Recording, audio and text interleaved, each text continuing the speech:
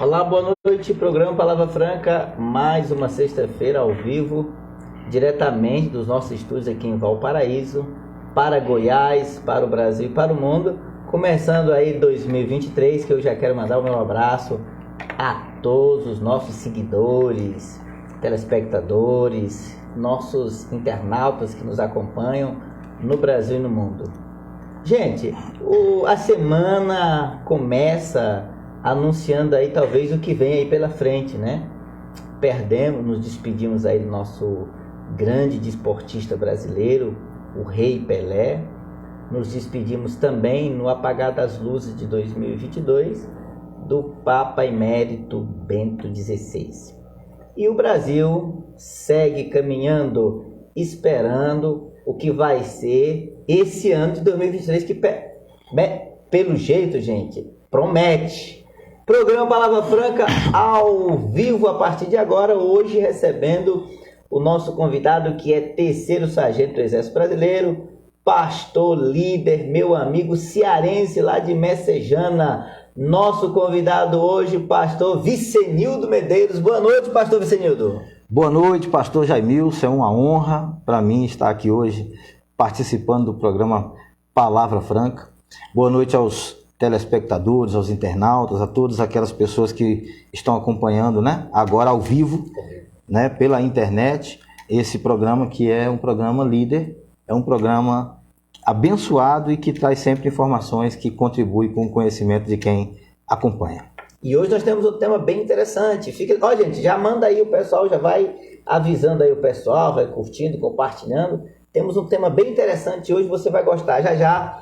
Hoje é dia 6 de janeiro, né? Dia que comemoramos o dia dos Reis Magos, né? De Reis. É. E também o dia do astrólogo. Já já nós vamos saber por quê, tá, gente? Mas hoje é com muita satisfação, pastor Vicenildo, que essa certamente é a primeira de muitas que o senhor virá, porque o programa estará de portas abertas para o senhor. Quero mandar já um abraço todo especial para Dona Vera. Dona Vera, minha esposa. Dona Vera, um abraço, viu, Dona Vera? Obrigado por ter autorizado aí a presença do nosso convidado, né? Ó, se não autoriza, não vem. Não vem, não? Não. E os meninos também? Tem os meninos, quem são? O Rafael, que é o mais velho, né? Tem 32 anos. E o Júnior, que tem 28 anos. Então, um abraço também pro Rafael e pro Júnior, que certamente estão ligadinhos aí no programa Palavra Franca. Pode participar ao vivo, nós vamos mandar um abraço aí, gente. Eu já quero mandar um abraço aí pro nosso patrocinador. Olha, pessoal, você que quer fazer o seu certificado digital, tanto pessoa física como jurídica, procure nosso amigo João Paulo, da Único Certificado Digital, e faça o seu certificado. Um abraço, João Paulo, nosso patrocinador. Um abraço também pro meu amigo Dr. Marcelo Sorriso, da Clínica Sorriso. Gente, quer aí ter um sorriso sensacional, procure a Clínica Sorriso em Valparaíso, do nosso amigo Dr. Marcelo Sorriso, doutora Marlúcia. Um abraço para esse casal abençoado.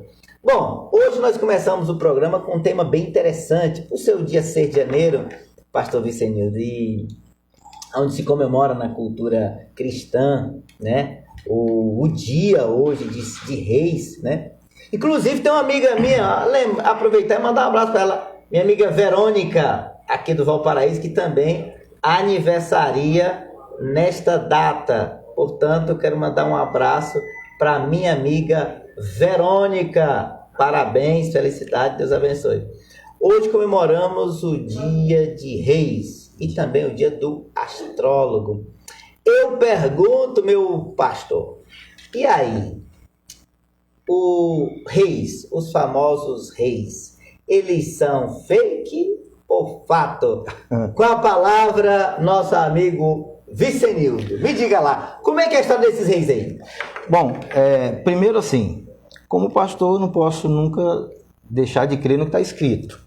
Sim, por favor. Então, o que está escrito é que existe, né, essa passagem da Bíblia que fala sobre a visita dos reis magos ao Senhor Jesus, quando ele ainda era recém-nascido. Isso. Então, levando em consideração o que está lá, é fato. Só que as coisas que foram acontecendo, pastor Jaimilson e amigos telespectadores, internautas, ao longo dos anos, nos levam a pensar em duas situações. Aqui fala os reis magos.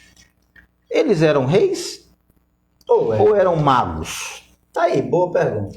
E se eles eram reis, quais eram os seus reinos, vamos dizer assim? Magos eles eram, porque eles eram pessoas estudiosas. Nós vamos falar um pouco mais sobre isso daqui a pouco.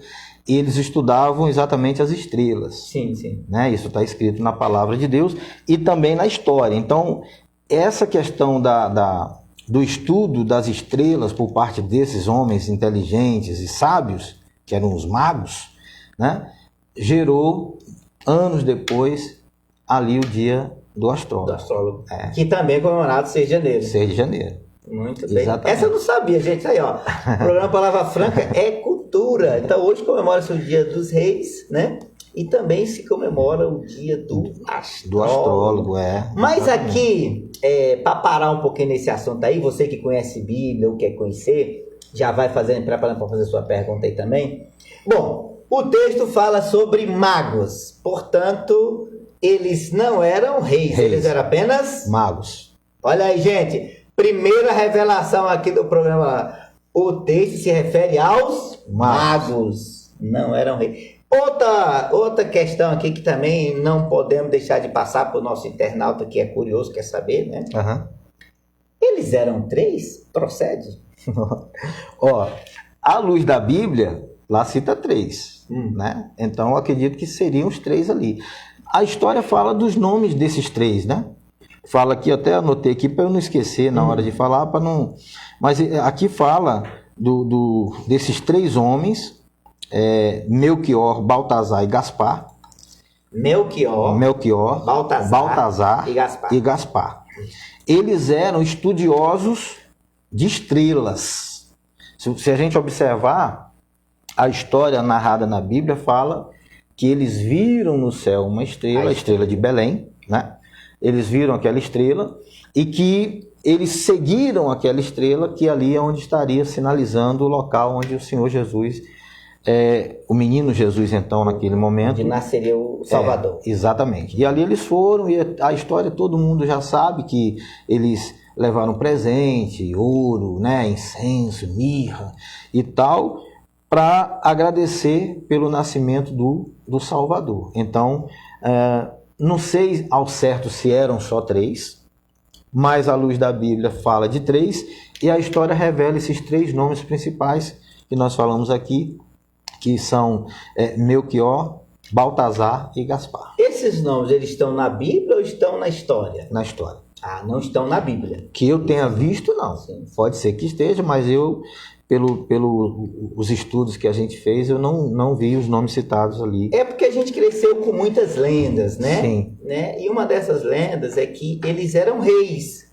Mas hoje, depois de estudar, pesquisar, ler e reler, a gente sabe que eles não eram reis, eram apenas magos. E magos refere-se aos estudiosos, pessoas sábias, dos astros, das estrelas. Isso. Por isso que, inclusive, hoje também se comemora o dia do astrólogo. Exatamente. Em homenagem a essa caravana de magos que visitaram Jesus ali. Aí uma curiosidade, ele estava na manjedoura ou já estava em casa? Onde é que foi essa visita? Gente, vai participando aí, ó. Já quero mandar um abraço aqui, pastor. Tem um pessoal aqui já nos assistindo aqui, ó. Tá aqui nos assistindo meu amigo Cláudio, que eu já quero mandar um abraço para Irlana, para Salete, né? O Gessé, o Joabe, meu Deus, tá aqui também o Rafael Medeiros. Esse aqui o senhor conhece? Esse aí eu conheço. Abraço, Rafael. Obrigado pela audiência, viu, Rafael? Boa noite aí. Tá também Nil Nunes. Minha nora. Opa! Ela é minha nora. Ah, já é família. Já então, tá assistindo lá e dando uma moralzinha, uma audiência para esse programa. Muito legal. Aqui, muito interessante. Tá aqui também a minha amiga, nossa amiga Noemi Santos, né? Do Conselho de Mulheres, e o Rafael colocou aqui, tamo junto. Pastor, é porque existem muitas lendas, né? E aí a gente vai comparando uma coisa com a outra e termina descobrindo que nem sempre é o que parece ser. Né? Então hoje a primeira coisa que a gente chegou à conclusão é que esses visitantes, essa comitiva, não eram de reis. Então, hoje se comemora o dia de reis, Isso. porém, a verdade é que eles eram magos. O certo seria comemorar o dia dos magos, né? E não dos reis. Interessante. Essa visita, na sua opinião, quando eles foram ali encontrar com o menino Jesus, eles estavam na manjedoura ou eles já estavam em casa? Tem um detalhe interessante que me dá um parâmetro para lhe responder essa pergunta. Por exemplo, nascimento de Cristo, 24, 25 de dezembro, né? A gente comemora nesse dia. Dias depois, agora, dia 6, finalzinho do ano, para o início do outro ano, se desmontam os presépios que são montados na noite de Natal. De Natal, sim. Então, isso daí também na história nos mostra o seguinte, de forma bem clara, que quando eles chegaram e visitaram o menino Jesus, em seguida, até contrariando a orientação de Herodes, né? Sim, que Herodes, sim. naquela época, queria que eles voltassem e dissessem aonde estava. Onde que estava o menino? Porque ele estava perseguindo e etc. Mas eles foram orientados aí por outro caminho. E dias depois, esse presépio, vou colocar dessa maneira, que é uma linguagem mais atual, foi desmontado, que é o pós-natal. Sim. Foi desmontado. E tem até alguns estudos que falam sobre o desmonte, né, do presépio, daquele cenário todo onde o menino Jesus estaria para receber a visita dos Reis Magos, e também dias depois desmontariam a que hoje nós chamamos de árvore de Natal, né? Sim. Enfim, então eu acho, dentro de um contexto, que o Senhor Jesus ainda estava no local colocado do seu nascimento quando aqueles Reis Magos chegaram, né? Que seria ali uma manjedoura, já num local mais simples, humilde, que a Bíblia revela que o Senhor Jesus, o menino Jesus, naquela ocasião, estaria. Então, eu não posso lhe afirmar se numa casa, mas ele estava, assim, no local onde ele... Ainda na manjedoura. Onde ele tinha nascido, né? No local que hoje representa aí, nos nossos dias, esse presépio, né? Você vê que todo presépio tem ali os animais em volta, tem a manjedoura, tem a representação do menino Jesus ali na manjedoura e tal. Então, realmente é isso, né? Natal, gente. Natal é uma das épocas do ano mais esperada por todo mundo. Todo mundo se reúne, né? Família, o pessoal esquece as diferenças naquele momento. Esquece o partido, esquece o time de futebol. Tudo, conversa sobre tudo, ri, chora, brinca, se diverte, é muito interessante. O senhor acha que depois da pandemia, eu acho que esse é o primeiro Natal depois que a pandemia foi, vamos dizer, dissipada, né? Depois da pandemia, mudou muita coisa, pastor? E basicamente essa questão da comunhão, da unidade, justamente nessas datas? Eu acho que está se recuperando. Sim. Porque ainda tem muita gente que ainda tem medo. Eu tiro assim, por exemplo, nos locais onde as pessoas se reúnem para cultuar a Deus, as igrejas. Tem gente que desde a pandemia não volta. Não voltou ainda. Está em casa. Está em casa, está receosa, não tem certeza ainda de que foi totalmente, né, extirpado esse vírus, e enfim.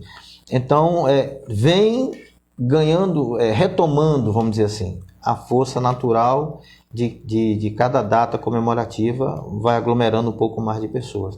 Então, acho que nós estamos saindo dessa situação do medo para poder a gente se confraternizar mais. Está acontecendo isso. O que o senhor acha que, na sua opinião, depois dessa pandemia, nunca mais vai voltar a ser a mesma coisa? Meu amigo, que pergunta, hein? Programa Palavra Franca. O que nunca mais vai voltar? Nunca mais. Inclusive, você pode participar mandando aí o seu oi, seu boa noite.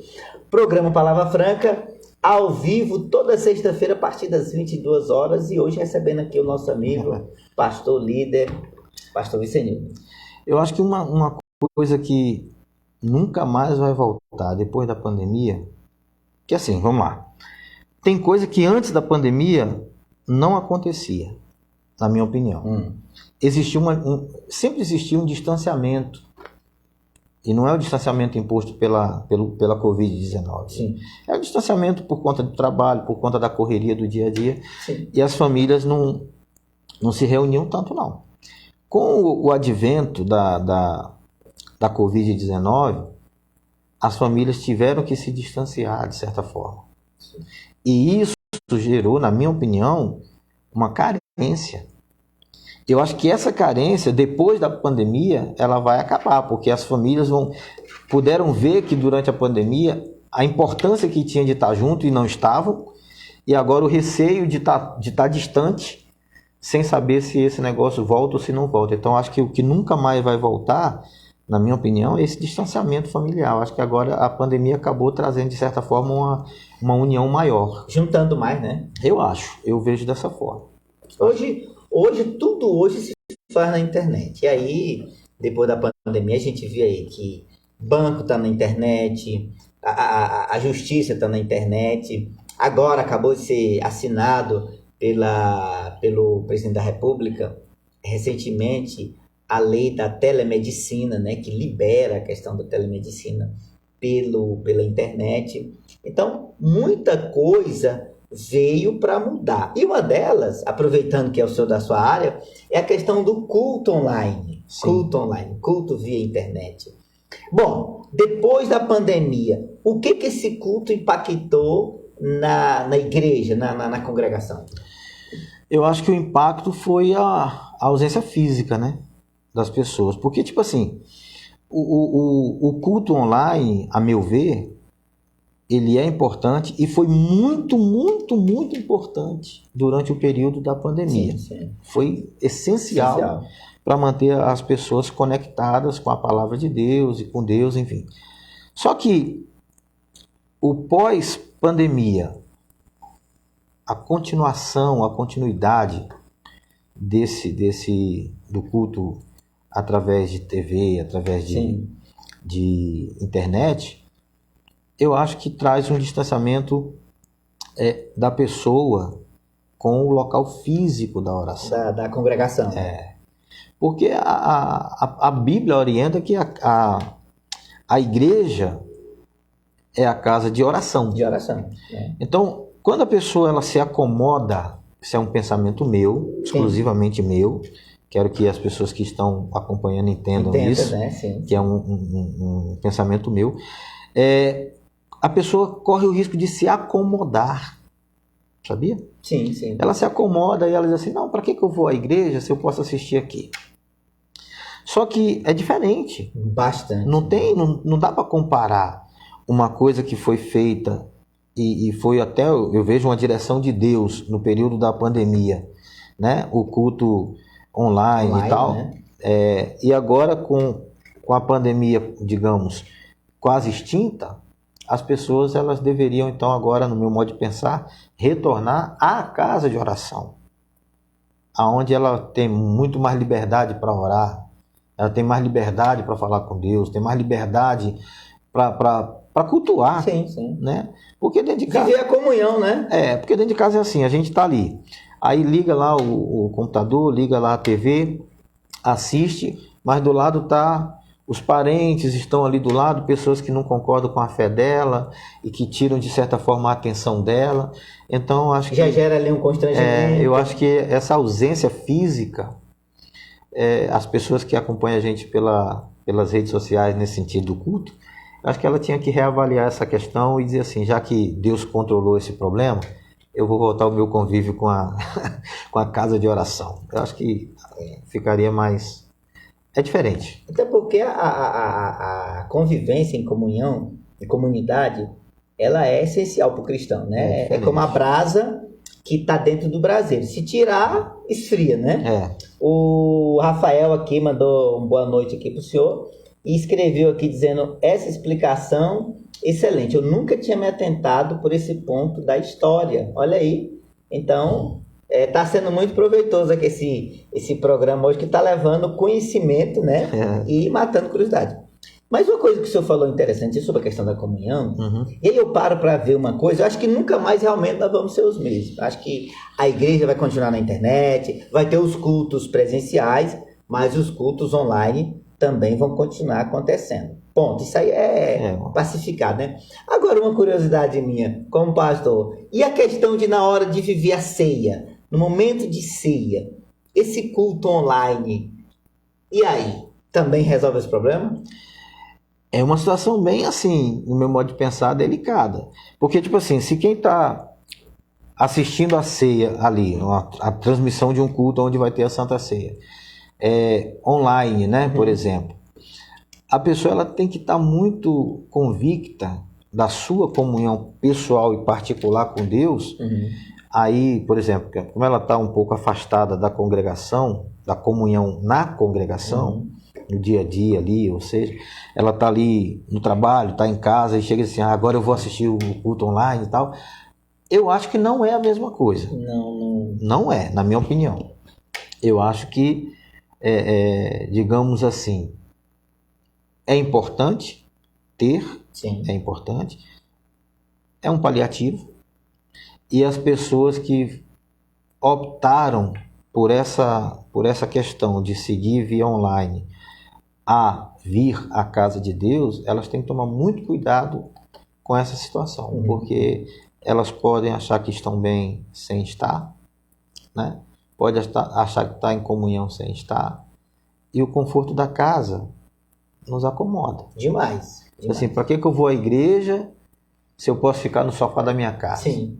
Então isso é um perigo, na minha opinião é perigo. Agora, respondendo a sua pergunta de forma mais pragmática, a Santa Ceia é um momento de intimidade Sim. da pessoa com Deus. Se ela está ali, online, mas ela consegue ter aquela intimidade com Deus, tudo bem. Mas eu, como pastor, acho que o melhor é na congregação. Na congregação.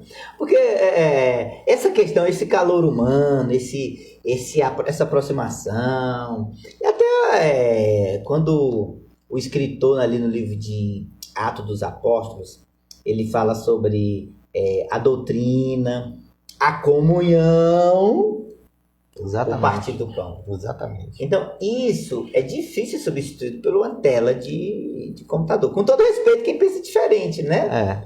Mas eu acho... É fato que a justiça online vai ficar, a medicina online vai ficar, banco, né? Banco. Eu digo por mim, que antes da pandemia eu não usava aplicativo de banco. Agora, então... Depois, eu nem vou mais em banco, né? Nem vou mais em banco, né? Mas, porém, entretanto, a questão da congregação é preciso voltar e viver a comunhão e a vida em comunidade, né? Eu acho que é essencial para que a pessoa ela se firme cada vez mais e mais nos caminhos, né? E na palavra de Deus. Eu acho que a congregação é essencial. Gente, hoje o programa está falando sobre o Dia dos Reis, que é hoje comemorado em 6 de janeiro. E hoje nós trouxemos aqui o nosso convidado, que é pastor, é teólogo, é líder também, lá do Ceará. Ah, não, tem que fazer essa pergunta, né, gente? Ele é lá do Ceará, lá da terrinha, da nossa terrinha lá. Terra que é litoral, né, gente? Terra de praia.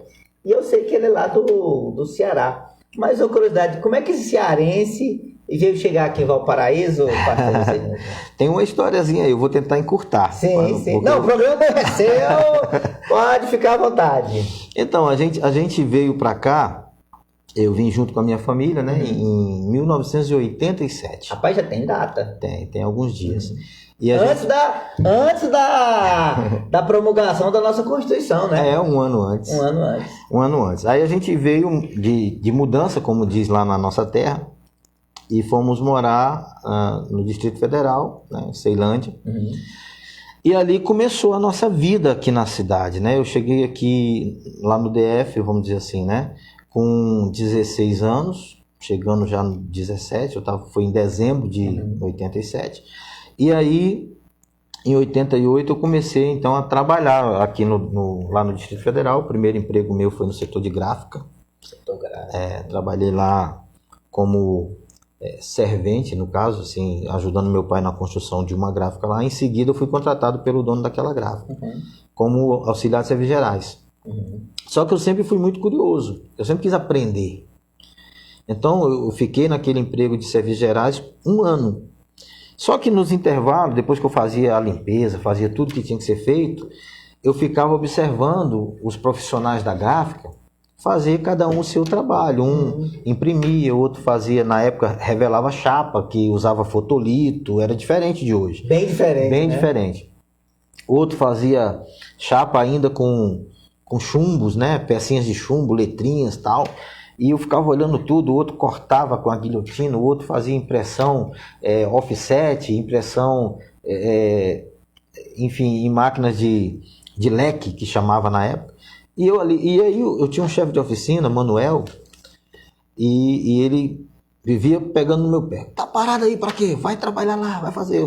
Aí eu saía, daqui a pouco voltava. Aí teve um dia que ele falou assim, você quer mudar de profissão? Eu falei, eu quero, eu tenho vontade. Então tá bom, você faz o teu trabalho e nos intervalos você pode ficar perto daquele rapaz ali. Aí me apontou um profissional lá, eu fiquei. Enfim, e aí eu fui aprendendo. Aí nessa mesma gráfica, em 87, em 88, né, eu fui contratado lá. Em 89, eu já não estava mais no serviço de limpeza da gráfica, eu já estava como chapista, né, na época lá. Aí eu já fazia impressão, eu fazia um pouquinho de cada coisa. E aí quando chegou na época do Exército, em 90, fui servir o Exército. Fiquei 4 anos e 8 meses lá, né? Fui terceiro sargento lá, estou na reserva hoje. E foi uma experiência muito boa naquela ocasião, né? Em 92 eu casei com a minha esposa, Vera, né? Que se ela estiver assistindo, eu quero aproveitar para mandar um beijo para ela. Né? Nós casamos em 92 e ficamos aí. Aí quando foi em 94, eu me converti. Olha aí. Eu e ela foi num domingo e eu fui numa segunda, subsequente. E dali a gente não saiu até hoje, já vão para 28 anos, 29 anos, né? Isso já na Igreja Universal do Rio de Isso, Deus. na Igreja Universal. E aí, dentro do trabalho da Igreja Universal, eu vim aqui para Valparaíso em 2007. E eu fui coordenador do partido, né? Aqui na região, na época era o PRB. PRB hoje é que hoje é republicano. republicano, né? Presidido, vou mandar um abraço aqui pela nossa amiga, professora Maria Velônia. Um abraço, professora. Isso aí, parabéns pelo trabalho. E aí a gente ficou, eu fiquei aqui na coordenação, né, da região, morei aqui no Ville Blanche. Aqui do lado aqui, né? No Ville Blanche 2. E ficamos aqui na cidade. Depois disso, eu fui transferido para o Rio de Janeiro, onde tive várias experiências. Eu não sei se o tempo aqui permite, mas lá no Rio de Janeiro eu tive a experiência de ser subsecretário, depois secretário, depois presidente de partido. Depois eu fui secretário de Segurança Pública. Secretário de Segurança Pública, experiência interessante. Foi na cidade de Itaboraí, que é da região metropolitana, né? E depois de um tempo, retornei para cá.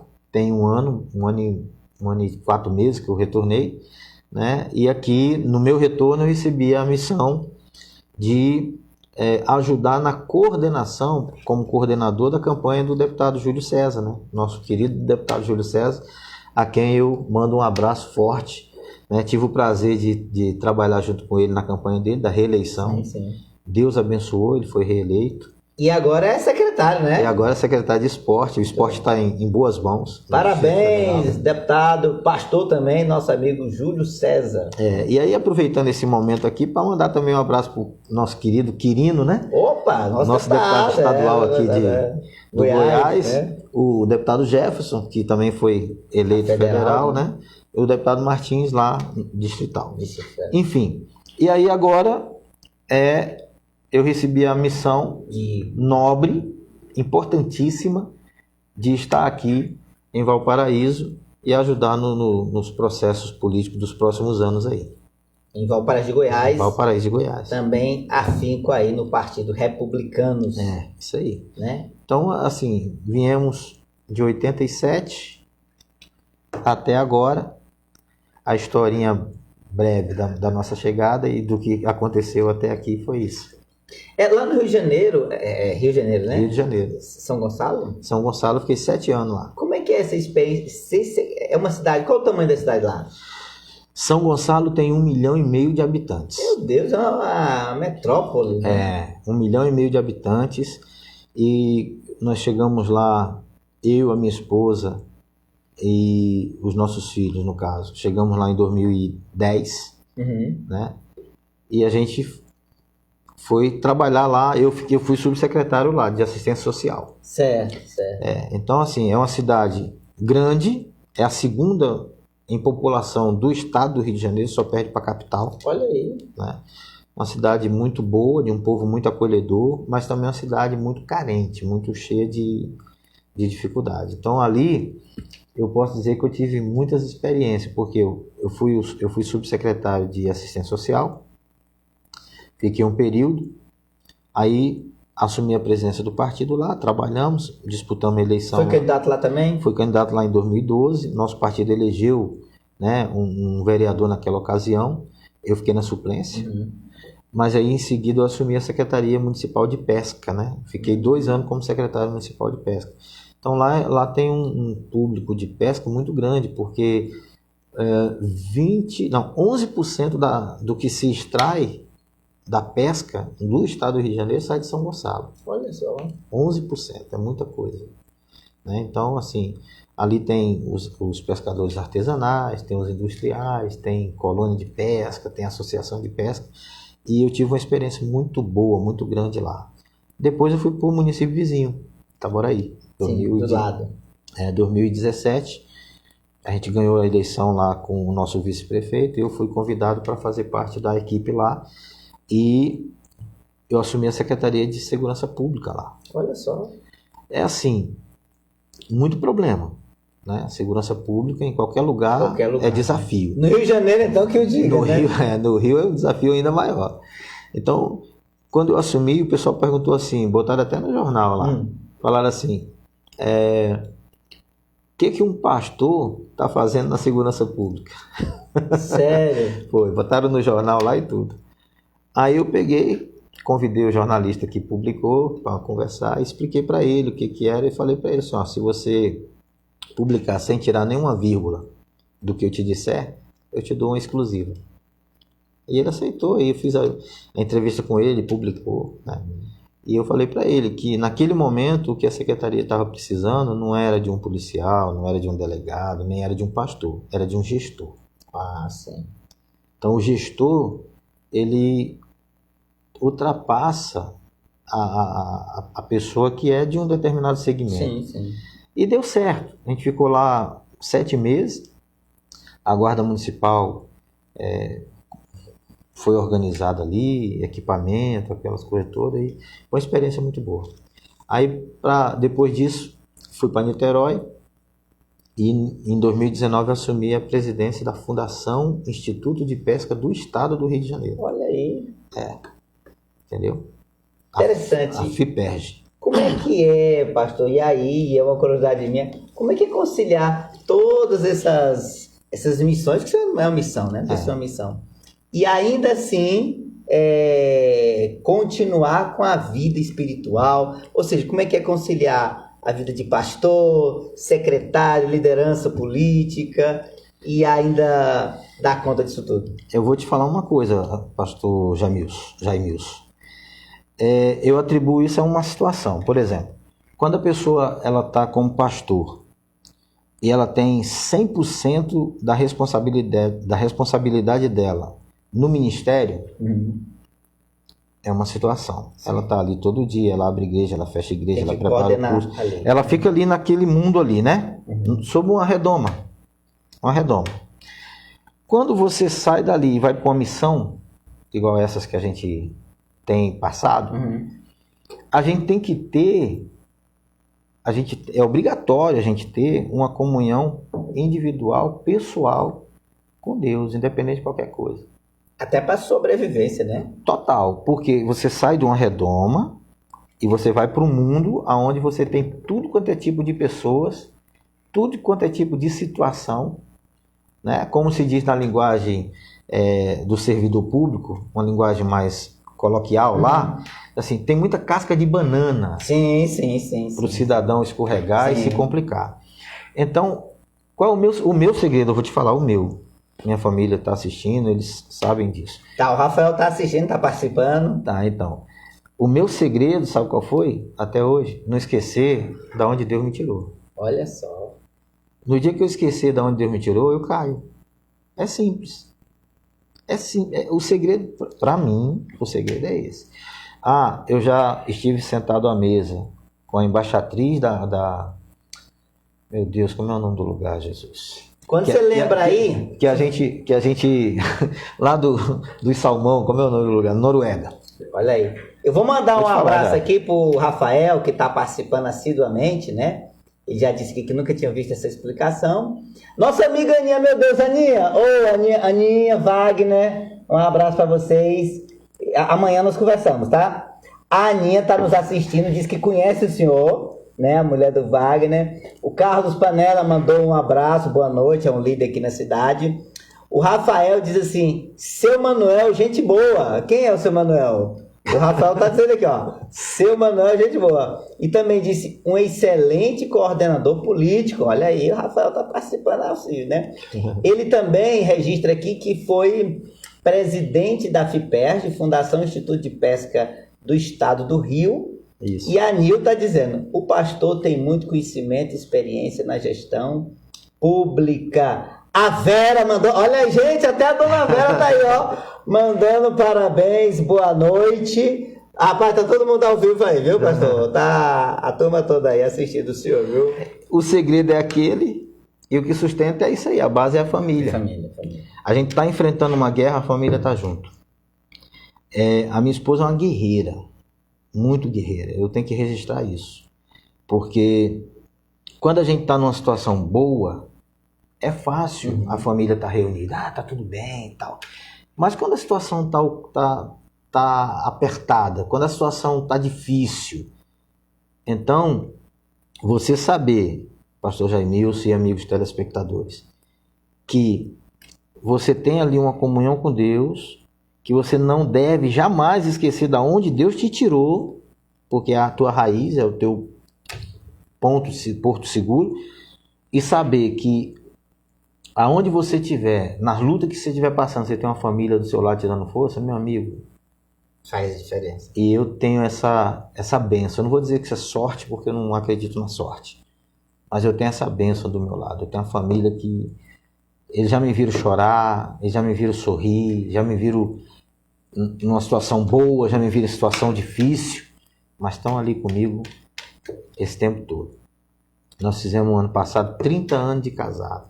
Parabéns. Entendeu? Então, assim, eu acho que isso nos dias de hoje tem ficado muito de lado, muito banalizado. Né? Mas eu valorizo cada momento que eu tenho tido junto com Deus e com a minha família. Então, eu já estive na presidência de fundação no estado do Rio de Janeiro, já estive em subsecretaria, já estive assim. Mas eu não posso jamais esquecer de onde Deus ele me tirou. Então isso é o que me sustenta. Como eu estava falando, já estive sentado com a embaixatriz ou embaixadora, como queiram, né, da Noruega, em reunião. Claro que tinha intérprete ali e tudo, mas eu já participei de reuniões assim e já ajudei a vacinar pescador. Olha aí. Na Praia das Pedrinhas, lá em São Gonçalo. Então eu sei os dois extremos. As duas pontas. Eu sei as duas pontas. E Deus tem me dado a proteção e a força necessária para sobreviver e estar aqui. E eu tenho certeza que aqui eu vou ser muito bem sucedido, contar com os amigos. Deus vai levantar pessoas que vão estar conosco nessa caminhada aqui em Valparaíso. E para a glória dele a gente vai ser exitoso. Pastor, o senhor acaba por tocar um assunto que eu acho muito importante a gente falar aqui. É a questão do cristão, que já está, não só o cristão, mas o povo em si, principalmente o Brasil, eles estão frustrados, decepcionados com seus líderes políticos, né? A classe política cada vez mais desacreditada, né? Nós estamos vivendo aí uma onda de, né, quedas. E, bom, a minha pergunta, e até para que as pessoas que estão nos assistindo também, que querem participar e podem participar, e eu acho que até que devem, na sua opinião, então, política consegue andar com a religião sem nenhum problema? Eu acho que consegue. Eu acho que consegue. O que a pessoa tem que saber, na minha opinião, é distinguir o papel de cada um. Por exemplo, a política ela rege o nosso dia a dia. Sim. No mundo onde a gente vive. Leis, resoluções, né? E etc. E a religião nos ajuda a caminhar espiritualmente dentro desse mesmo mundo. Então, assim, são coisas distintas, mas que caminham juntas. Eu acho difícil desmembrar, na minha opinião, desmembrar esses dois assuntos, porque um, de certa forma, colabora com o outro. Eu vejo assim. Então, por exemplo, nós temos hoje deputados que são pastores, temos deputados que são padres, temos deputados que são das matrizes africanas, né? Nós temos parlamentares nas diversas esferas, federal, estadual e municipal, que têm o seu credo religioso, têm a sua confissão de fé, né? A sua profissão ali, é confissão de fé, melhor dizendo, mas está envolvido no trabalho da política. Se essa pessoa, aí eu vejo como uma arma, né?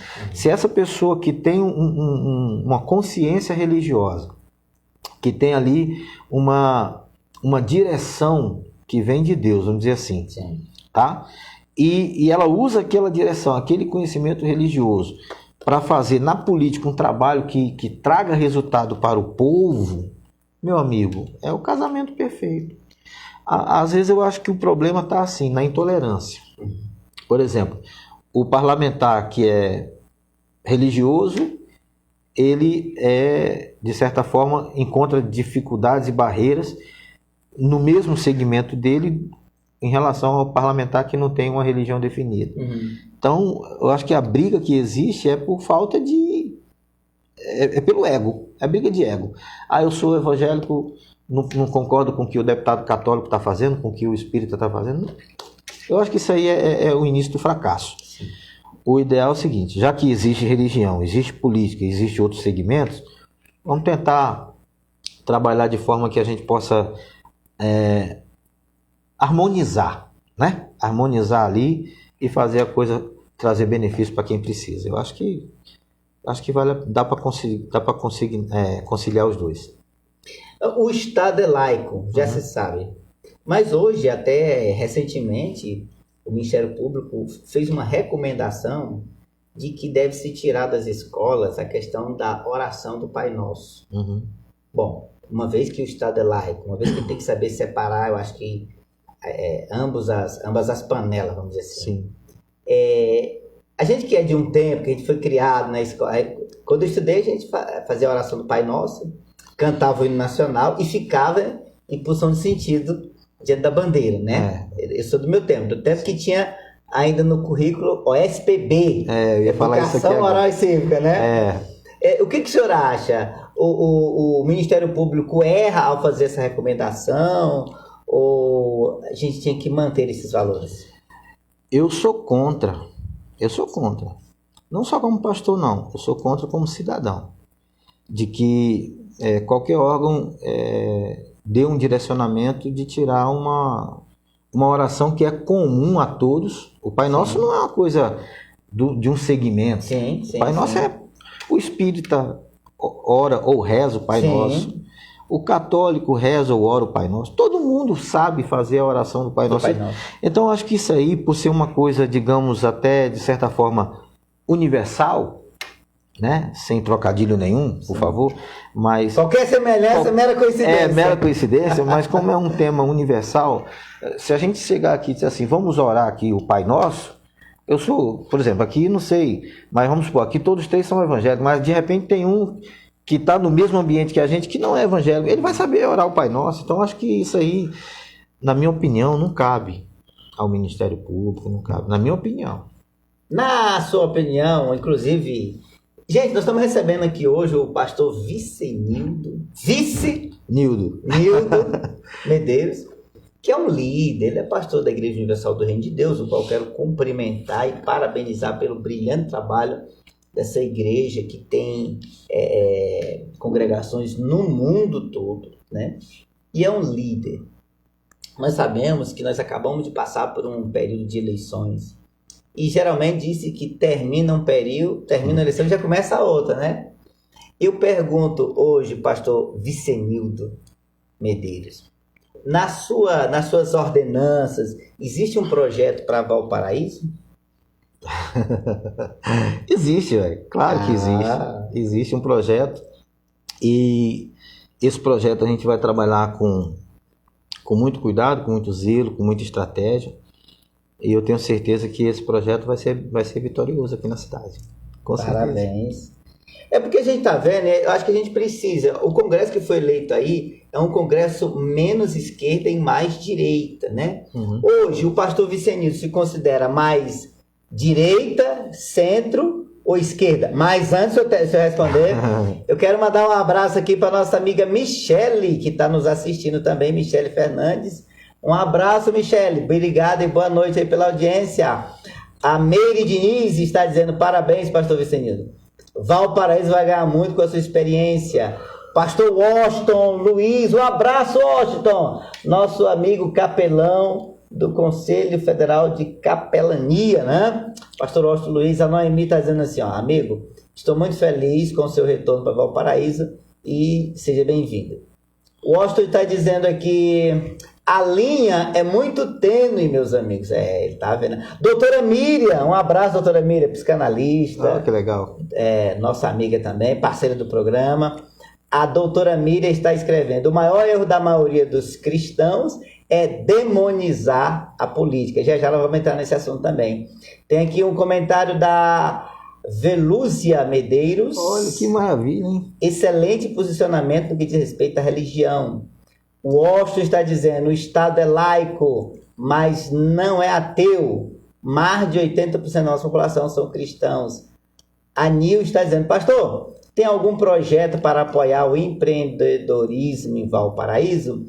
Antes de responder a pergunta da Nil, vamos ao seu posicionamento. Pastor Vicenildo, centro, direita ou esquerda? Eu faço ideia, mas o povo tem que saber. Bora lá. Não, eu sou direita, conservador.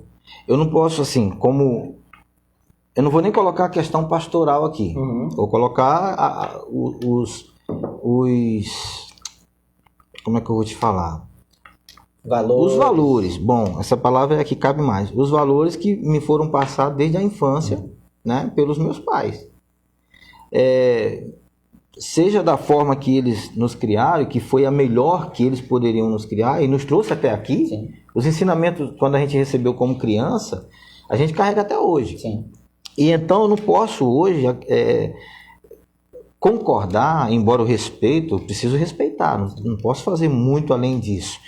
Mas assim, concordar com a família que não seja tradicional.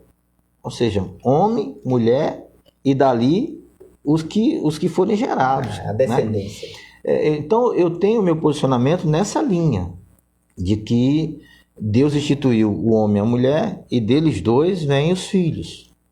Então eu tenho esse pensamento, eu vivo dessa maneira, eu trabalho dessa forma, ensino dessa forma, e eu não posso aceitar, concordar. Aceitar talvez a palavra não cabe aqui. Sim. Mas eu não posso concordar e aceitar, aí cabe, aceitar de forma assim, muito tranquila o que está acontecendo hoje no mundo, né? Onde cada vez o inverso está sendo valorizado mais do que o que deveria ser realmente valorizado. Então, meu posicionamento é muito franco, é nessa linha aí. Eu não posso concordar, eu, ser humano, com aquilo que eu tenho visto crescendo. E está crescendo, Sim. Isso é fato, está crescendo. O que a esquerda faz, a forma que se relaciona e tal, como político. Eu acho que tem que ter política pública para atender todos os públicos. Sim, independente da escolha. Se a pessoa quer isso, é ela que quer. Eu não posso chegar e dizer assim, ó, impor alguma coisa do que eu penso, não. Mas em termos de política, por exemplo, eu penso assim, mesmo tendo uma linha mais à direita, se Deus me conceder a vitória, e eu creio que vai, eu vou trabalhar para todos os públicos. Ponto final. Todos os públicos. Eu converso com quem é da esquerda, eu converso com quem é da direita, eu converso com quem é do centro, porque eu sei respeitar o espaço de cada um. Sim. Entendeu? Então, eu acho que os amigos que estão nos acompanhando aqui, eles têm que ter essa certeza, né? De que eu tenho o meu posicionamento mais à direita, de conservação, família e tal, mas eu não vou desrespeitar a escolha de cada um, porque aí a escolha é uma coisa individual. Muito bem. A Nil mandou uma pergunta para nós. Obrigado, Nil, pela participação. Um projeto para o empreendedorismo na cidade de Valparaíso. Nós temos um projeto que a gente vai começar a colocar em prática a partir de março, né? Na área do empreendedorismo digital. Nós vamos qualificar, capacitar jovens, mulheres e idosos, né, com relação ao acesso à internet, porque embora tenha havido um grande crescimento, ainda tem muita gente que está à margem Sim. dessa situação. E aí dentro desse projeto a gente vai fazer essas 3 questões: qualificação, capacitação e encaminhamento para o mercado de trabalho. Né? A partir de março a gente vai montar um laboratório, e dali a gente vai começar a trabalhar em vários bairros da cidade, né? Em relação a isso aí. Uma coisa vai ser a passos cadenciados, mas vai acontecer e vai ser bonito, pode ter certeza. Empreendedorismo digital. Valparaíso que aguarde. Aguarde, vai ter. É interessante, bom lembrar também, e eu quero já parabenizar pela sua iniciativa. O senhor tem um projeto sobre o Janeiro Branco, é isso mesmo? É isso mesmo. Como é que é esse projeto? O que é esse Janeiro Branco? O Janeiro Branco é o seguinte, é um movimento mundial, não é uma coisa só do Brasil, é no mundo inteiro, né? E que visa tratar das pessoas que têm dificuldade em relação à questão mental, saúde mental. Sim. Né? Existe um dado da Organização Mundial da Saúde que diz que o Brasil, na América Latina, é o país com maior incidência desse tipo de transtorno, depressão, né? Questão psicológica, questão de violência, a pessoa, enfim, é uma série de traumas, né? É uma série de fatores que abrange e atinge a saúde mental das pessoas.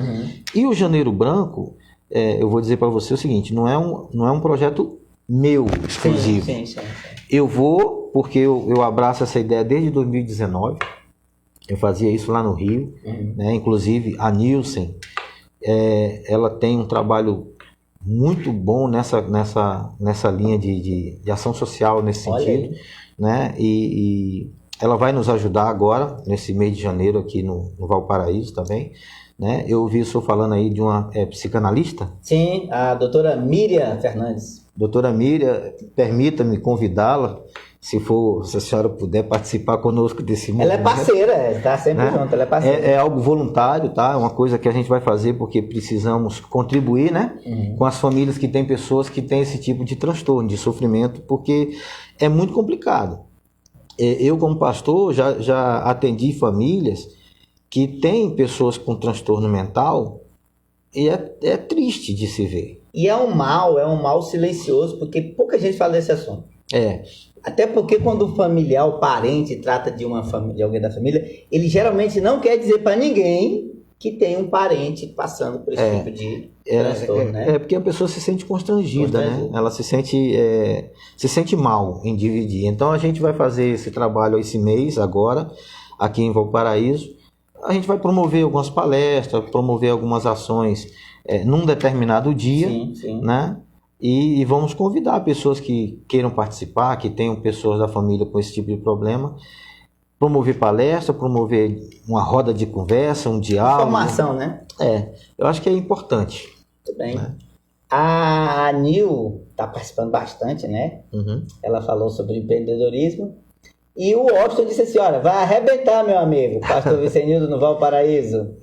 O Rafael está escrevendo, com excelentes projetos, Vicenildo Medeiros com excelentes projetos para Valparaíso, sempre trabalhando em prol da população. Aqui no Rio de Janeiro, o seu trabalho é sempre lembrado. Desempenho excelente trabalho na área da pesca do estado. E ele termina dizendo, o trabalho não pode parar, agora vai. O Washington disse assim, o coração do sábio se inclina para a direita e do tolo para a esquerda. O segredo meu amigo, o segredo, ou melhor, a Sagrada Escritura nos orienta. A Nil está dizendo, o tema no Rio de Janeiro Branco, esse ano é a vida pede equilíbrio. O senhor acha que está faltando equilíbrio? Uma pergunta aí da Nil, né? O Washington termina dizendo, conte comigo e com minha experiência na área da psique. Olha, ó. O Washington também já está disponível aí para ajudar o trabalho. Tá vendo? Vão surgindo aí os nomes, né? Vão surgindo as pessoas que vão contribuir com esse trabalho. Isso é muito gratificante. E respondendo a pergunta, foi a Nil que fez, né? Falta equilíbrio. Falta, sim. Com certeza. Falta equilíbrio para quem não tem problemas e falta equilíbrio para quem os tem. Então, para ambas as partes, né? E quem não tem esse tipo de problema de transtorno, acho que deve aproveitar a sua mente sã e contribuir para ajudar aqueles que estão precisando. Interessante que a Nil tocou no assunto que eu acho que é primordial para o ser humano. Equilíbrio, eu acho que é a palavra de ordem do ser humano. Uma pessoa, e aí um dos maiores escritores do Novo Testamento, que foi Paulo, então, uma das coisas que ele frisa nas suas cartas é o equilíbrio, a sobriedade. Para todos, né? Esses casos de transtorno da saúde psicológica têm aumentado. Infelizmente, é um mal, como eu falei, silencioso, que tem crescido. E nós precisamos ajudar, colaborar. O senhor está de parabéns pela essa iniciativa. Já tem data marcada? Já tem alguma coisa em vista? Eu pretendo fazer no último sábado. No último sábado. Eu pretendo fazer no último sábado. Essa semana agora a gente vai finalizar os preparativos e estando tudo ok, a gente vai começar a divulgar o local, a hora, né? Tudo direitinho, para que a gente possa ter esse evento. Eu não pretendo nesse evento, o meu amigo Jaimilson, trazer um público grande. Sim. Não é esse o objetivo.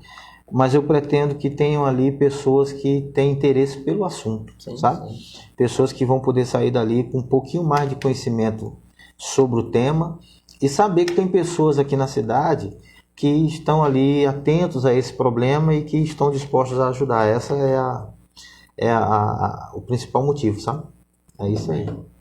Gente, o Janeiro Branco é uma iniciativa para o auxílio, né, às pessoas que têm problema, né, psicológico, né, na questão da prevenção, é claro, né, e também da colaboração, né. A exemplo dos outros meses que tem o Novembro Amarelo, Novembro Azul, Outubro Rosa, né. Então, janeiro, gente, janeiro é o Janeiro Branco, isso. Saúde mental. Isso aí. E você precisa cuidar do dente, precisa cuidar da vida financeira, precisa cuidar, mas precisa cuidar da sua vida, ou melhor, da sua saúde mental. Faça isso para o seu bem e para o bem da sua família.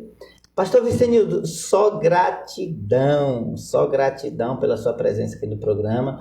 Dizer que o programa é parceiro, está de portas abertas para os seus projetos, para as suas... pode contar conosco também, temos uma equipe aí, né? Inclusive em nome da doutora Miriam, que eu já deixo aqui o convite para ela participar desse evento, eu quero convidar a Aninha também é parceira. Doutora Iranete, que é uma amiga nossa também, ajuda muito, né? Psicóloga, né? Então o programa está de portas abertas, não só para recebê-lo aqui, mas também para colaborar. Nesse momento eu quero deixar aqui o meu abraço, a minha gratidão ao senhor, a todos os que estão acompanhando a entrevista com o senhor aqui, né? A Nil, o Rafael, a Dona Vera, a Aninha, né? Olha, gente, muito obrigado vocês que estão aí nos assistindo e acompanhando a entrevista. Eu quero deixar agora as nossas câmeras, nosso microfone para o senhor dar sua mensagem, mandar seu recado. O programa é do senhor, pastor. Eu que quero iniciar então essas considerações finais te agradecendo, porque é uma oportunidade, né, que o senhor está me dando aqui. Devo deixar registrado que a apresentação que me foi feita à sua pessoa, né, foi através de um grande amigo, Almir, né? Gente, tem que mandar. Para tudo. O Almir, cadê? Ele teve aqui nos estudos do programa. Não sei se ficou, se vai ficar. Mas, ó, a pizza eu tô aguardando, viu? Um abraço, Almir. Por favor. Então, o Almir que, né, me apresentou ao senhor e prontamente o senhor já abraçou as ideias e a gente chegou a esse momento aqui. E quando o senhor me convidou, o senhor disse assim: olha, eu quero fazer o primeiro programa do ano com a sua presença. E isso me deixou muito lisonjeado. E a responsabilidade aumenta, né? O primeiro programa, tomara que tenha sido bom. E eu quero, então, finalizar começando pela minha gratidão a Deus. Porque se a gente está aqui até hoje, enfrentando todo tipo de problema que a gente já enfrentou, é porque a mão de Deus está sobre nós, melhor dizendo, nos protegendo e nos guardando contra todos os males. Abaixo de Deus, pastor Jaimilson, eu costumo pregar na igreja, e é uma realidade, está a minha família, né? Então, indo nessa ordem, eu quero agradecer a minha esposa que está assistindo ali. Obrigado por tudo, pela força, pela palavra, pela palavra branda, pela palavra mais austera quando precisa, porque eu acho que é assim que se constrói. Por você estar comigo nessa jornada esse tempo todo, suportando as barreiras que a gente já suportou e crendo num dia melhor, no dia de amanhã. Então, a minha esposa Vera, um beijo carinhoso, te amo, tá? Estender aí essa gratidão em relação à família para os meus 2 filhos, o Júnior, o Rafael, que está lá no Rio, está vindo para Brasília, está vindo para o Valparaíso. Opa! Vai vir aqui para ajudar a engrossar as fileiras da gente aqui. A Nilce, a esposa dele, vem também. Enfim, você citou o nome de uma pessoa lá de Fortaleza, Velúzia. Tá em Fortaleza, é isso mesmo. Velúzia, ela é minha irmã. Sério? É a minha irmã mais velha. Muito bom. Mana, Deus te abençoe e continue te ajudando, te fortalecendo. Um abraço pro Vieira e para toda a família, tá bom? Obrigado pela participação. E aqui, de todos os nomes que você falou, eu conheço alguns, né? O Wagner, a esposa dele, a Ana. Sim. E eu quero dizer assim, finalizar dizendo o seguinte: não vai faltar da minha parte, empenho, dedicação, trabalho. Também não vai faltar da minha parte a humildade e a sobriedade, que Deus tem me alimentado com isso a cada dia, tá bom? Um prazer muito grande estar aqui. Obrigado por todos vocês terem ficado esses minutos aí ouvindo. Peço desculpa por alguma falha, alguma coisa. E desejo a todos um feliz ano novo e que Deus os abençoe abundantemente. Obrigado, pastor Vicenildo. Tamo junto, pode contar conosco. Eu que lhe agradeço. Essa parceria tá muito longe, viu? Eu lhe agradeço, tá? Obrigado, Heriberto, nosso diretor aí. Heriberto, que está aqui dirigindo o programa. Muito obrigado. Gente, o primeiro programa do ano não podia começar de outra maneira. Então, a gente quer agradecer, pastor, a sua presença, a sua disponibilidade. E aproveitando esse término do programa, a gente lembrar, até por causa do mês de janeiro, que é a saúde mental, não só para quem tem problema, mas para todos nós. Eu quero deixar uma palavra que Paulo frisa muito nas suas cartas: equilíbrio, né? Equilíbrio que está lá numa mensagem de Moisés. Primeira experiência de Moisés, quando ele tem aquele encontro com Deus ali na sarça ardente. Primeira ordem de Deus para Moisés é: Moisés, coloque o pé no chão. porque ele mandou tirar a sandália. Olha, tirar a sandália é colocar o pé no chão. Pé no chão é equilíbrio. Você que está nos ouvindo aí, um feliz ano novo, mais um ano novo de equilíbrio em todas as áreas da sua vida. Gente, eu me despeço aqui, agradecendo a todos vocês pela audiência. Obrigado a todos. Semana que vem tem mais. Sempre lembrando, se eu estiver aqui amanhã, Deus estará comigo. Se eu não estiver, gente, é porque eu estarei com ele. Tchau, pessoal, e até a próxima. Tchau.